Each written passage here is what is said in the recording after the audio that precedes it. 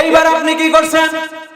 এই প্রেসক্রিপশন নিয়ে বাড়িতে এসে সুন্দর করে রাস্তায় আপনি ডাক্তারের খুব প্রশংসা করছেন, ডাক্তারটা তো খুব ভালো, ডাক্তারটা খুবই চমৎকার, শুধু আমার খোঁজ নাই না, এত সুন্দর মুস্কি মুস্কি হাসি, এদিকে যে টাকা খসাইছে আপনার পকেট থেকে ওটা আপনার মন থেকে উঠে গেছে, এত সুন্দর ব্যবহার করছে। এরকম ডাক্তার আছে না নাই? কথা বলেন, এরকম মানুষ আছে না নাই?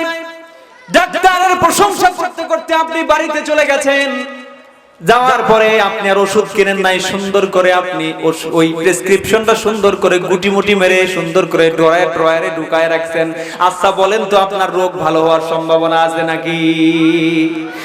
রোগ ভালো হওয়ার সম্ভাবনা আছে? তাহলে কি করা লাগতো আপনার? সুন্দর করে ফার্মাসিস্টের কাছে গিয়ে, ভাই দেখেন তো এই ওষুধগুলো আছে কিনা। উনি তখন দেখে দেখে আপনারা ওষুধ দিত, কিভাবে খেতে হবে তাও কেসি দিয়ে কাইটা কাইটা বলে দেয়। কথা বলেন ঠিক কিনা? কেসি দিয়ে কাইটা কাইটা বলে দেয়। ওই ওষুধগুলো নিয়ে যদি আপনি বাড়িতে গিয়ে খান, তাহলে সেটা আপনার রোগ ভালো হওয়ার সম্ভাবনা আছে। কথা বলেন ঠিক কিনা? এটার নাম হলো প্রেসক্রিপশন, নির্দেশনা। এই নির্দেশনা অনুযায়ী যদি আপনি রোগী চলেন, তাহলে আপনার রোগ ভালো হওয়ার সম্ভাবনা আছে। আল্লাহ পাক রব্বুল আলামিন ঠিক তেমনি কোরআনুল কারীমের হালাকায় যারা আসে, আল্লাহ পাক রব্বুল আলামিন বলছেন, ইয়া আইয়ুহান নাসু ক্বাদ জাআতকুম মির রাব্বিকুম মাউইযাতুম মির রাব্বিকুম ওয়া শিফাউল লিমা ফিস সুদূর। ও দুনিয়ার মানুষ, গভীর মনোযোগ দেন। আল্লাহ পাক রব্বুল আলামিন বলছেন, ও দুনিয়ার মানুষ, তোমাদের জন্য একটা প্রেসক্রিপশন হিসেবে মহাগ্রন্থ কোরআনুল কারীম পাঠানো হয়েছে। সুবহানাল্লাহ।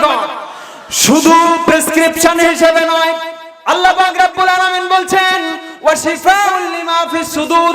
আর এই কোরআন অনুযায়ী যদি কেউ নিজের জীবন গঠন করতে চায়, আল্লাহ পাক রব্বুল আলামিন বলছেন, যেই অন্তরের মধ্যে কুফর লুকিয়ে আছে, যেই অন্তরের মধ্যে হিংসা লুকিয়ে আছে, যেই অন্তরের ভিতরে অহংকার লুকিয়ে আছে, যেই অন্তরের ভিতরে মুনাফিকি লুকিয়ে আছে, যেই অন্তরের ভিতরে শিরকি আকীদা লুকিয়ে আছে, ওই অন্তরকে আল্লাহ পাক রব্বুল আলামিন শিফা দান করে অন্তরটাকে জান্নাতের উপযুক্ত করে তৈরি করে দেন। সুবহানাল্লাহ।